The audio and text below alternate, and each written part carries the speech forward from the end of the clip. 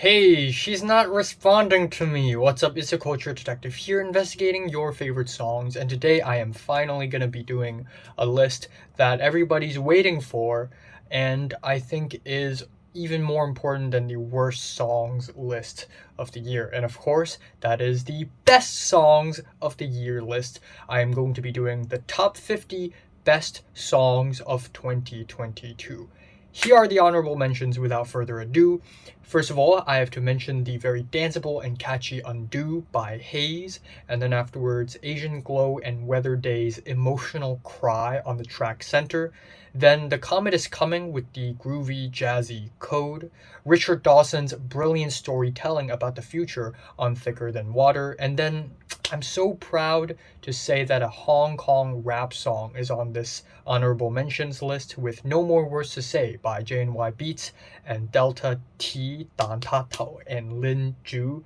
A really cheeky and snarky rap song. Preoccupations with the icy Ricochet, and then Lupe Fiasco's jazzy drill music in Zion, Wise Blood's elegant Baroque pop on Children of the Empire, and then I gotta mention Denzel Curry's very chilled album opener that is Melt Session 1 featuring Robert Glasper. Quelle Chris discusses death and fame on DEATHFAME, and then of course I have to mention YeYe's Minamoni Ice, or On the Water Ice, featuring Ginger Root, a truly catchy, cutesy pop song.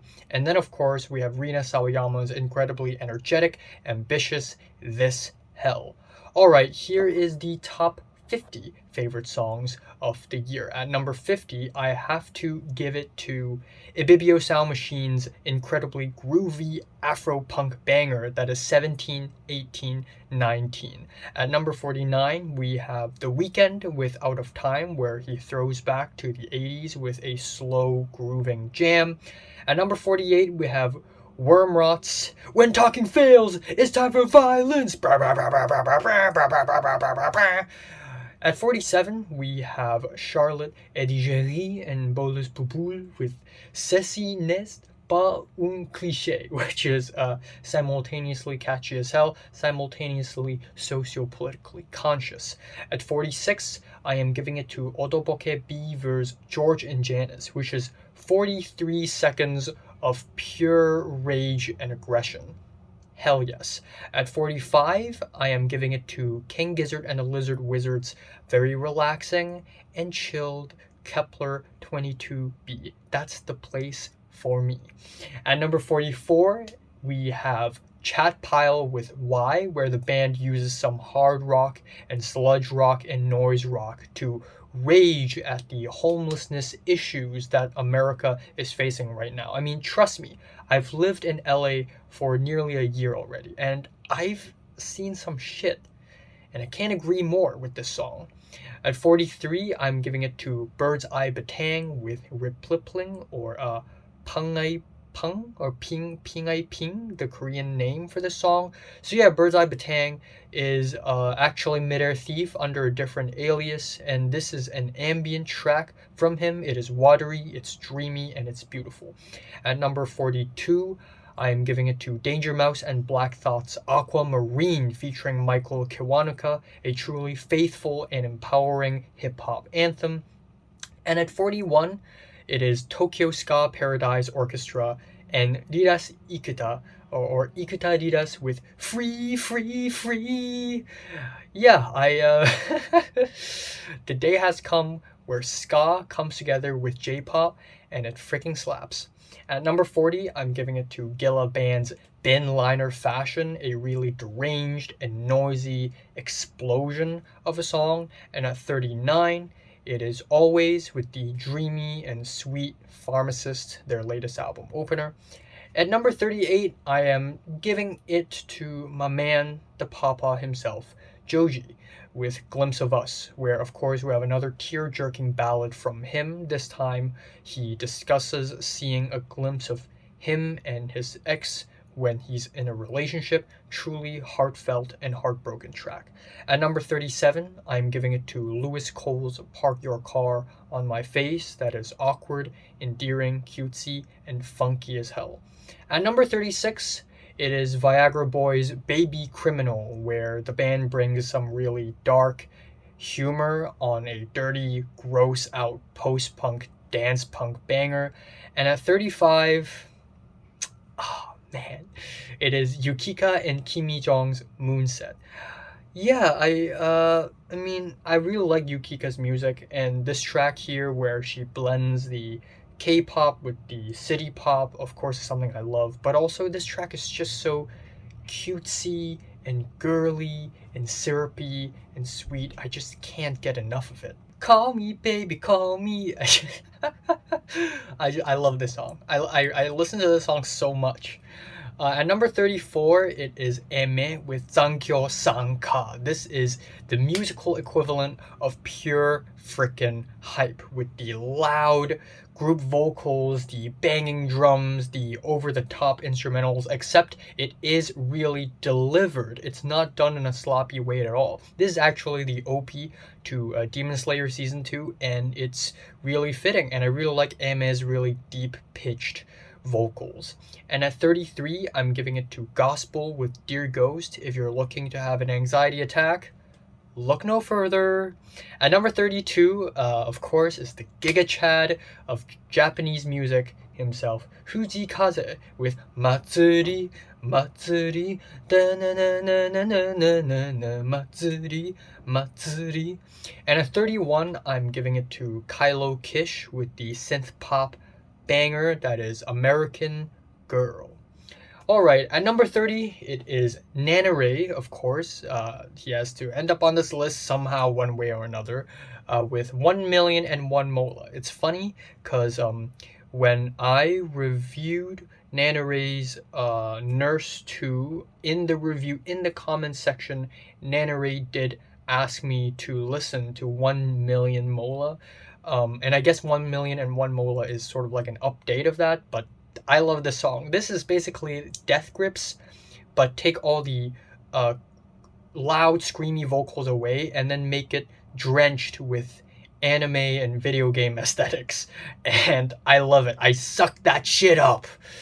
At 29, No Buses, a Japanese rock band, goes Midwest emo on the track In Peace. I love the Radiohead-ish guitars, and yeah, it's a little derivative, but I love Radiohead, so I love this track as well. I mean, leave me alone. At 28, I'm giving it to Alex G, or formerly Sandy Alex G, with Runner. My runner, my man! Yeah, Alex G just seems like a really nice guy. I also really like the zany second half of the track. At number 27, I am giving it to Polyphia's with Playing God, where of course Polyphia returns to show off their awesome guitar and drumming skills, and they deliver. They are really good on the guitars and drums. They're good at whistling as well. The more you know. At number 26, Gorillaz with Cracker Island featuring Thundercat. This thing is a catchy, groovy disco banger, really replayable. At number 25, here we go, top 25. Number 25, I am once again extremely proud to say that a Hong Kong song has ended up on the list. We have Saxon Guy with Saxon Pie. So Saxon Guy is Rock Hill Street, and I guess the only way I could translate the title to English is like Rock Hill-ism. But yeah, essentially we have a duo that cleverly mixes synth pop with canto pop with a trap beat on top, with some really interesting bleepy bloopy productions, some really nice vocal duets, and also interesting lyrics about innovation in the creative process. Speaking of fusing different genres, at number 24, I'm giving it to Chelmiko with Ooh La. Yeah, on this track, Chelmiko basically blends their usual Japanese hip-hop with a tropical Latin-flavored hip-hop beat, and it's freaking fantastic. It's so full of energy, it's so full of charisma, it's so much fun. I absolutely love it. At 23, I'm giving it to Big Thief with Simulation Swarm. Big Thief is great. Their folk pop-ish style blends so well. and yet it's so gentle and tender and soft. And at 22, the opposite of the tenderness of Big Thief, it is 1-800-Pain's Forbes List, where the track is basically borders on white noise, and the frontman of the duo basically screams and yells about how much he wants to rob everyone on the Forbes list. Fuck yeah. At 21, it is the shimmery, sweet and bright Beach House with Once, Twice, Melody. Yeah, the duo has just come to a point where their sound is really mature. They can really write a good hook. And this track right here is just very shimmery and enchanting, and I just really love it. Okay, at number 20, I'm giving it to the queen herself. The queen! With Mitski, with the track Stay Soft. My favorite single from her in her latest album, Cycle. Stay Soft right here is a sweet, catchy, little dance pop track, but also surprisingly some really poetic and well-written lyrics from Mitski. I also like his amateurish vocal quality to her, which is really nice, and just a banger of a hook, and just really well written in general, so much so that it ends up on the top 20. At number 19, of course I have to mention them, it is Trico with the track End Roll, or the full name of the song in Japanese, Endororu ni maniau yoni. I hope I'm not mispronouncing any of that. But yeah, this is an icy, cold punch in the gut of a rock track. It's raw, it's organic. I love the chorus, and the pummeling energy in the performances are so passionate, and Trico just never disappoints. And number 18, I am giving it to JID's Can't Punk Me featuring Earth Gang. JID's flows and rhymes are ingenious and immaculate, and Earth Gang is an amazing feature. Every single member in Earth Gang come off with equal amounts of ferocity and energy. The chemistry between every member is pure fire, and the way each member hops onto the beat seamlessly and so smoothly and then carry on with their very charismatic flows is just masterful. Truly one of the hardest and the most fire rap tracks of the year, I must say.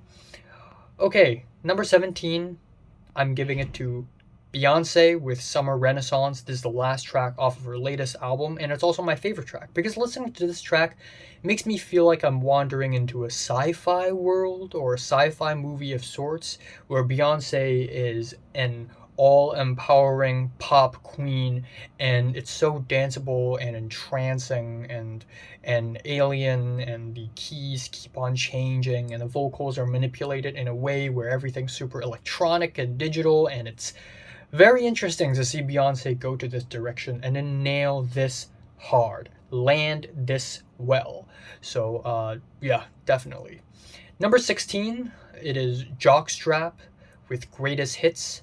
This is basically a synth pop banger, but as eccentric and as quirky as possible. I love the bleepy, bloopy production. The sequenced beat is really unique, and I think the best thing about Jockstrap is really the vocalist. The front woman of the duo here really brings her most eccentric to the table, with the screams and the yells and the little sounds that she makes. Really pepper all over this track, really season this track, and make this one of the most interesting sounding synth pop tracks I've heard all year. Okay, 15. Once again, Hong Kong has landed a spot here with the per se's 粉碎糖果屋, or it means crushed candy house, but the official English translation is Hansel and Gretel, because candy house, you know.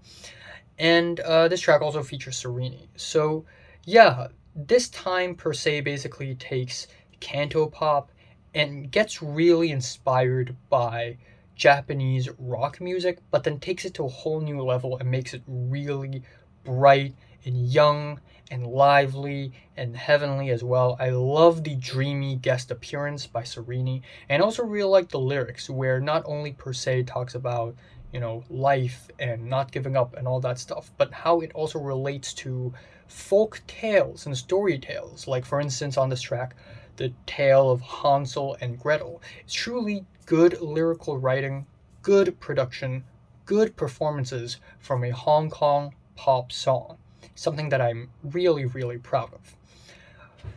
At number 14, I am giving it to Utada Hikaru with Somewhere Near Marseille. Leave it to one of the most important figures in J-pop history, or at least recent J-pop history, to trick us into listening to a 12-minute disco banger. And trick us, because you wouldn't know it's 12 minutes until you look at the time bar of this track, because it's so catchy. These 12 minutes felt like 4 minutes. But yeah, this is one of the most danceable, catchy, groovy bangers of the year. I find myself listening to this track again and again and again, and Utada Hikaru is as confident as ever on this track. I love the multi-phased structure of the track as well, really makes this breeze over. It's really difficult to make a 12-minute long track sound short. Okay, it's getting hot. I'm taking off my quote. So at number 13, I'm giving it to one of the most emotional and hard-hitting tracks of the year, and that is Paranol and Asian Glow's Hand. God damn, this shirt is... Leave it to two young, emerging Korean artists to make one of the most hard-hitting post-rock dream pop tracks of the year, even though I don't know Korean and I can't seem to find the lyrics of the track anywhere, but the sheer power and emotion displayed by the guitars and the loud banging, pummeling drums and the vocals of the track really make this song easily my favorite from both Paranol and Asian Glow. Full stop. Like, I've listened to their music quite a bit ever since, of course, Paranol's To See the Next Part of the Dream, and of course Paranol's collab with Asian Glow and Sonyeos Domam Konta, and Hand is easily my favorite song from that group completely. It's just so powerful. There's just something so powerful about the slow build-up that is very pained and intense, and then the way it releases that tension and explodes into these really warm guitars. There's just something about this release that's really powerful. It just really feels like a punch to the gut. So yeah. Alright, number 12, I'm giving it to Black Country New Road's Chaos Space Marine. Black Country New Road really scored big this year with Ants From Up There, and my favorite is actually the album opener, Chaos Space Marine, where of course you get the classic amazing qualities of a Black Country New Road track. The mix of rock music with saxophones and other curious instrumentals that's very organic and interesting and refreshing. We have Isaac Wood's really anxiety-inducing vocal performances, his trembling voice, and the fear that he has in his voice, and his storytelling as well. The very interesting first-person POV lyrics, they're all freaking amazing, but also the climbing theatrical tension that this track has that I really love, and the screaming chorus that are David Bowie-esque. The whole song is just fantastic, and it's truly a great opening to an ending statement to Black Country New Road, or at least ending for a very long time. I hope they come back together. I hope Isaac comes back at some point in the future. Alright, at number 11, of course, I'm giving it to Quedeka's with Born Yesterday. It's amazing to see Quedeka's growth from being a YouTuber rapper to being someone like this who's artistically mature and developed, because Born Yesterday right here is an ambient pop track with a bit of hip-hop, with a bit of folk in it even. It's very lo-fi and kind of noisy and disjointed, but Quedeka manages to make it sound really refreshing and artistically developed. If you hadn't told me this is made by a YouTuber, I wouldn't think it's made by a YouTuber. I would think it's made by someone who's been in the music industry for a very long time, because it sounds really freaking good and really emotional as well. I love the hook, I love the refrains. I was born yesterday. Oh, there's just something so emotional and powerful about this. I also love how it's sectioned. It's choruses hit really hard, and then we get the quiet parts, and then the chorus comes back hitting even harder, even louder, even more unapologetically, making this track a starry, bright, but also sad and sort of a little dreary kind of a masterpiece. So yeah, shout out to Quedeka. All right, top 10 favorites of the year. At number 10, This Smile, Free in the Knowledge. So yeah, I mean, I'm a huge Radiohead fan, so it's no surprise that The Smile is going to end up somewhere near the top 10, if not in the top 10, because geez, is this track good. Tom York, Johnny Greenwood, and also Tom Skinner of Sons of Kemet fame come together with sort of this collection of tracks. And my favorite is, of course, the ballads, because Tom York is the best at writing ballads. Every time Tom York writes a slow, sad acoustic song, I just suck it up because I just love it so much. And every time he does it, it's a little different. It's a different shade of sadness. It's a different shade of loneliness.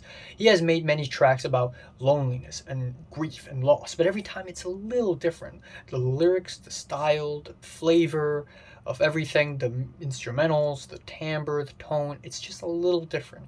And Free in the Knowledge right here is I guess it's a soundtrack to loss and grief, but also lyrically it is hopeful. It is about the future. It is about seeing things on the bright side, and yet at the same time it's so sad. And I just love this combination of conflicting emotions in the track. Tom York's performances are great. He has been singing for a very long time and he still remains strong as ever. I love the guitars as well. I love how stripped back this track is. I just love many things about this track, and it's definitely top 10 worthy.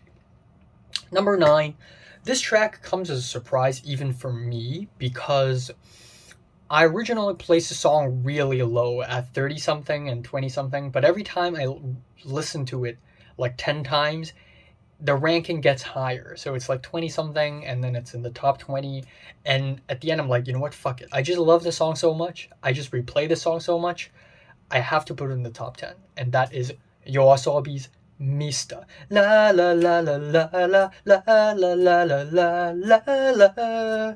I just really like YOASOBI's work, and I am such a fool for not including YOASOBI's Racing into the Night or Gunjo into my previous lists of top 50 songs of 2020 and 2021, because I'm missing out on so much good stuff. YOASOBI is basically mainstream J-pop, but everything good with mainstream J-pop. It's sweet and very overproduced, but they really embrace it and embrace the digital electronic sound. The songwriting still remains really catchy and refreshing and tight. I'm loving the production and the songwriting from Ayase. I'm loving the very steadfast vocals from Ikura or Ikura Ridas. Both of them have amazing chemistry on their work. And Mista is a very catchy banger, essentially. But also the lyrics about not wanting to die, fighting for life. It's really conveyed emotionally through the instrumentals. And also, I really love the key change.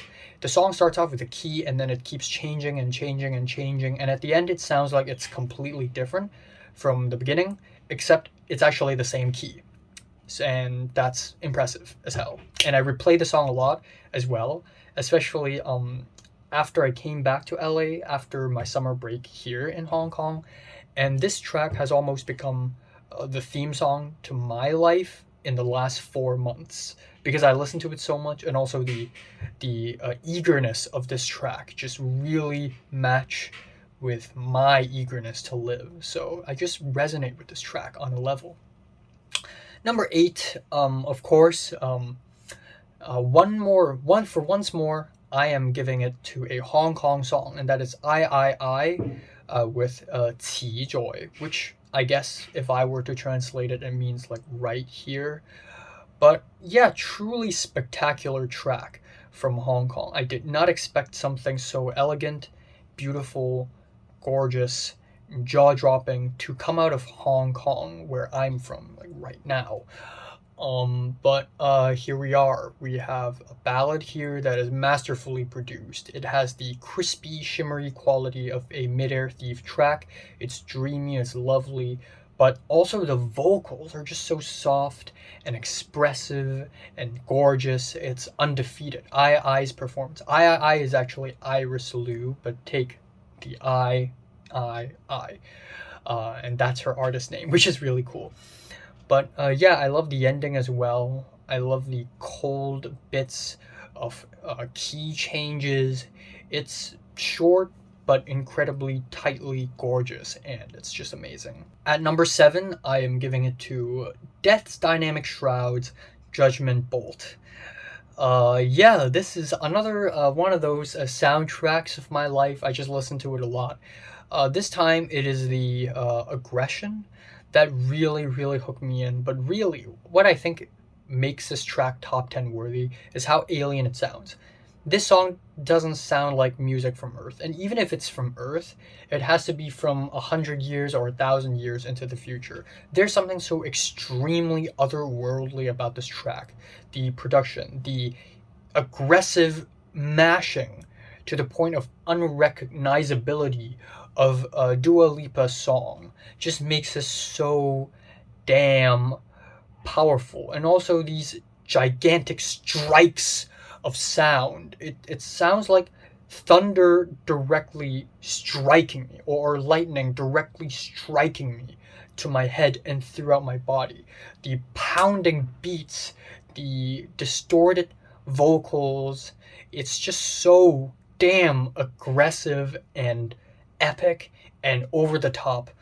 And to make it more elegant and adventurous and more, I guess, unpredictable, the middle part of the track is slow. Everything just slows down literally and becomes kind of quiet and beautiful, and then it slowly builds itself back up for one gigantic epic climax, making it one of the most surprisingly cinematic songs of the year. So Judgment Bolt. Listen to it with headphones on, please.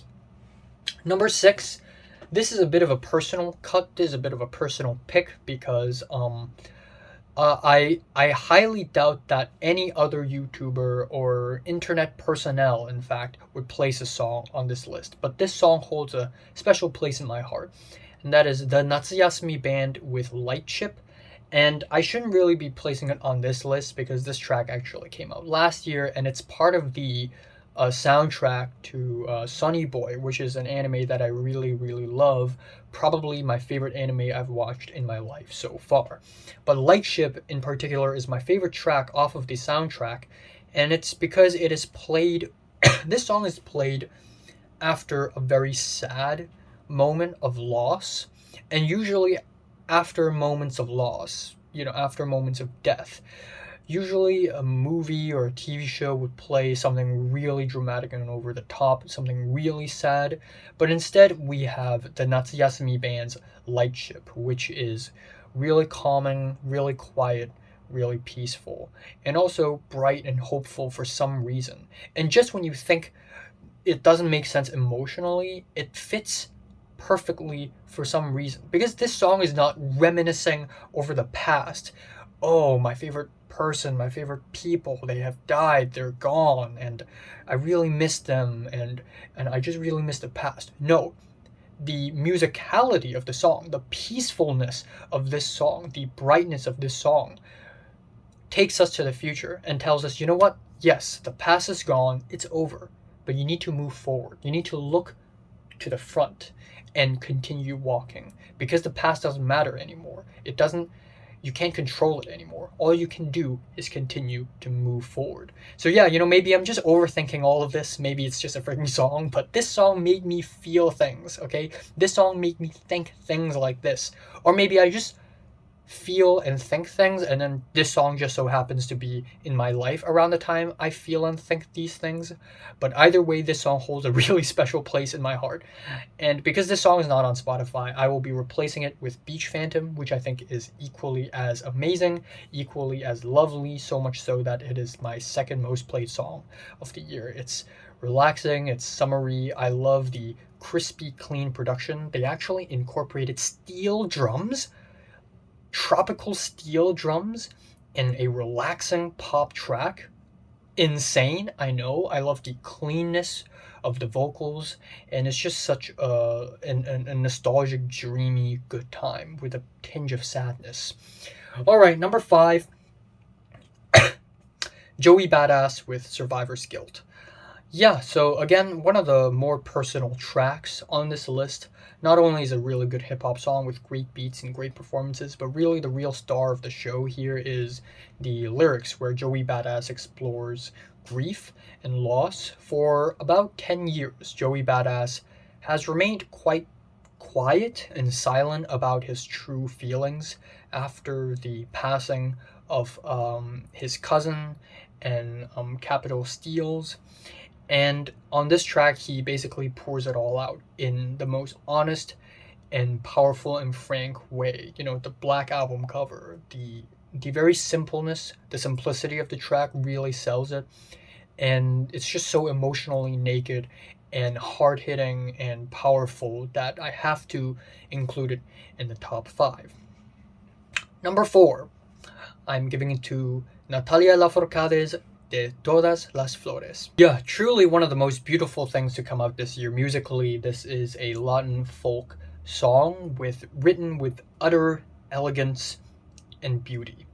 It is truly, truly gorgeous. The soft, swaying group harmony vocals, the chamber instrumentals, the soft guitars and the soft drums, and also the beautifully hearty and faithful vocals provided by Natalia Lafourcade, and also the very sweetly written lyrics that are very beautiful all over the track. This thing is my favorite song from Natalia Lafourcade. Just really masterful songwriting from her, both instrumentally and lyrically as well. And it's just undeniably beautiful, so much so that it secures its spot in the top 5 of the year. Number 3, also extremely beautiful. Sheesh. Daniel Rawson's Unpeopled Space. Yeah, if you've seen my half-year list, because, halfway through the year I also make one of these best songs list, but like a rough draft. Daniel Rawson has landed pretty high, and ever since it has remained really high on the list. Unpeopled Space is a gorgeous single. And I think, again, part of the reason why it's ended up so high is for personal reasons, because this song ended up in my life in a very specific place, and I just ended up replaying this song so much at a specific time, in a specific emotional state. But really, it's a gorgeous, quiet, chamber, organic folk track with beautiful, runny, watery guitars, very tight, minimalist drums, beautiful vocal harmonies provided by Daniel Rawson, and lyrics about relationships, tearing apart, coming together, socializing. And not only is this track composed masterfully and beautifully, and it is one of the most moving folk tracks I've heard all year, if not the most, but also listening to this track makes me feel like I'm on a journey. I'm traveling on foot. I'm leaving home and I'm walking on the streets far, far, far away, and I keep walking and walking and walking, not knowing what to expect in the future, but I keep walking. I don't know why, but I vividly remember listening to this track on my way to Ralph's, like after I get off the bus, and I spend about 10 minutes to walk to a nearby supermarket that is Ralph's, and I would listen to this track, and I would walk alone on these streets where these suburban houses sort of go past me, and then I walk I cross this huge road, this huge boulevard, and this track just rings in my head. So yeah, again, partially this is a fantastic track, but also partially it's kind of personal. Number two, yeah, number two and number one really tie for me, but if I were to really pick number two, it would be Black Midi's Welcome to Hell. I think this is kind of tied with Sugar Zoo because I am addicted. I'm obsessed with Sugar Zoo. But I do think Welcome to Hell is a little bit more superior than Sugar Zoo. Welcome to Hell is easily the nastiest, noisiest track Black Midi has come out since near Detroit, Michigan. It is borderline heavy metal, especially near the end. It tells an extremely interesting story where a bunch of army members, bunch of members of the military, a bunch of soldiers or whatever, Navy members, whatever, I don't know. They basically have a day off and they go to this off the shore, this shore leave. They take a shore leave. And what a shore leave is essentially they get to go to this local town. And this local town isn't just any town. It is built and it is made and is designed to serve the military, so you get a lot of good food and good accommodation and a lot of prostitution as well, which is particularly infamous for military worldwide. And particularly on this track, Welcome to Hell. War is hell, and being in the military is hell. We follow the character of Private Bongo Tristan as he enters this town. And yeah, first of all, storytelling wise, absolutely brilliant. The storytelling, Jordy Greep's intonation, the way he gets into the story, the vivid descriptions, it's just so beautiful and colorful.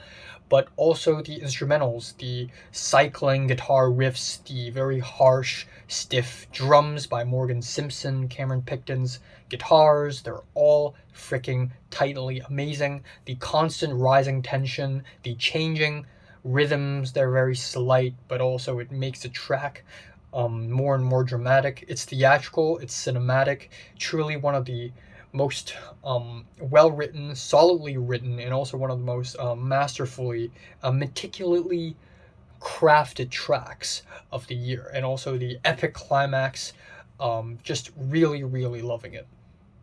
That leaves us with the number one spot, and of course, that goes to the one and only Mr.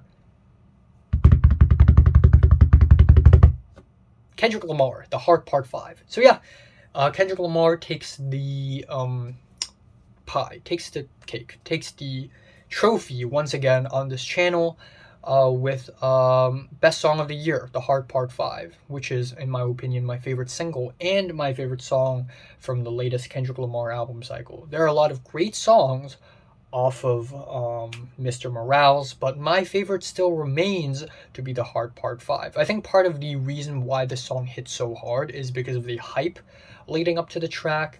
Of course, as I've explained in my best music videos list, every time Kendrick Lamar releases an album, the Heart track also comes out before the album cycle, and the Heart track is my favorite out of all the Heart tracks because it works legitimately well as a single itself. And the music video is fantastic. It is my favorite of the year. And also the sampling of Marvin Gaye's I Want You is amazing. It's funky, it's relaxing, yet worrying and concerning, and it also gives off a kind of sadness that not a lot of hip-hop artists can capture. Kendrick Lamar's performance comes off as mature as ever, and the lyrics come off as insightful and as thoughtful and as interesting as ever.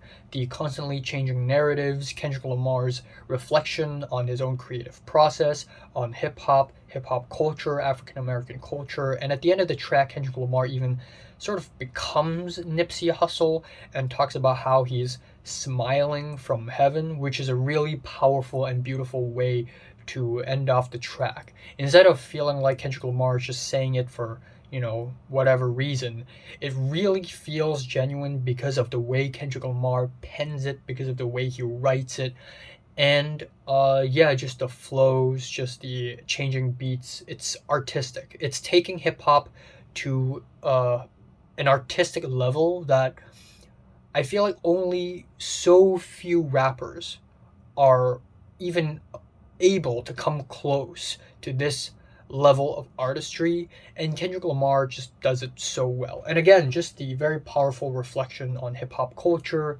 and African American culture and what hip-hop represents as well is just really great. I mean, look at the single cover with the hands of all the people that Kendrick Lamar represented in the music video, from O.J. Simpson to Kanye West to Kobe Bryant to Nipsey Hussle to Will Smith to Juicy Smollett. And yeah, just a really interesting socio-politically conscious yet personal statement to come out of 2022 musically. So yeah, these are my top 50 favorite songs of the year. What are your favorite songs? Comments below, let me know. Subscribe if you want more. And thanks for watching. I'm going to take a break tomorrow. I'm not going to do any list tomorrow. And I will resume with my top 50 albums on January 5th.